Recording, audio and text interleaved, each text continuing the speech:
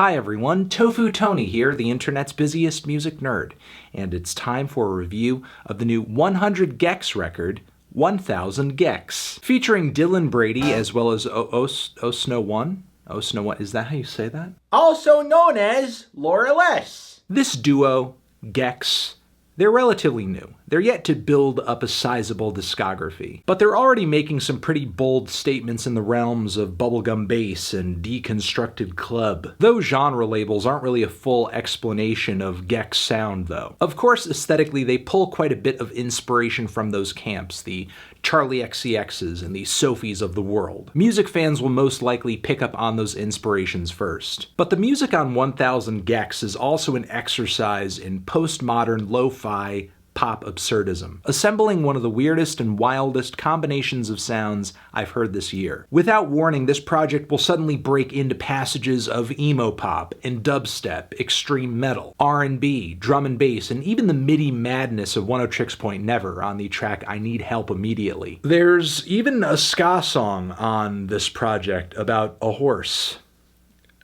I feel like I'm dreaming. It's like if Sleigh Bells had the restless demeanor of Mr. Bungle and they were trying to make songs for Death Grips and PC music fanboys. Which seems gimmicky on the face of it, and some of the tracks on this project are certainly that. I'm not sure how a lot of them will age once the music trends they're based on are phased out of existence. But still, when the songwriting on this thing pops, it pops. And it makes me wonder if Gecs can come through with a more satisfying or maybe even a more experimental project next time around. Because even though songs like 745 Sticky and Gek as well as Hand Crushed, they're fun, but their appeal and their impact are kind of fleeting. They're kind of lost in a haze of quirky transitions and genre combinations. I get a lot more from weirdo pop ragers like Money Machine, which are super noisy and bright and auto-tuned. Feels so clean like the Money Machine.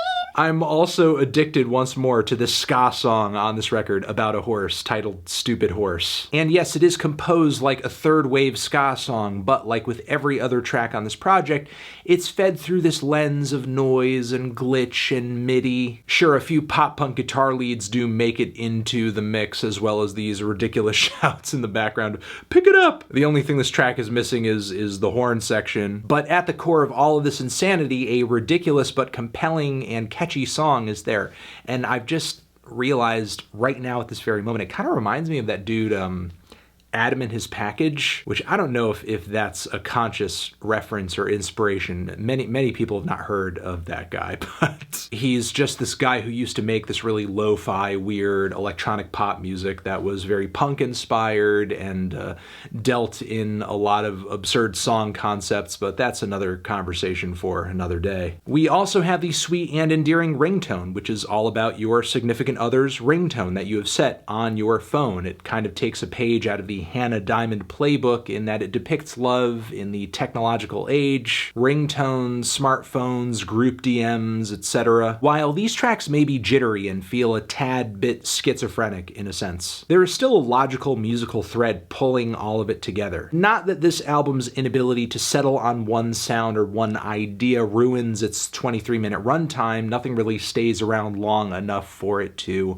wear out its welcome. Also, it leads to this project kind of melding together into this fast, sweet, hyper-addictive, quick, jarring experience that's pretty stimulating. As is, I think 1000 Gecs is a blindingly fun project, but it is a tad bit derivative, and going forward I would love to hear more songs or at least more experiments kind of sticking out of the chaos that Gecs creates. I appreciate how genuinely experimental a lot of what's on this project is, but it would be great to hear something from these two that is a bit more coherent, has more replay power, and relies less on novelty. Still, I'm feeling a strong 6 to a light 7 on this one.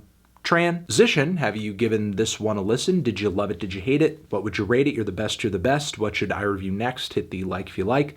Please subscribe and please don't cry. Hit the bell as well. Over here next to my head is another video that you can check out. Hit that up or the link to subscribe to the channel. Anthony Fantano, Gecs, 1000 of them forever.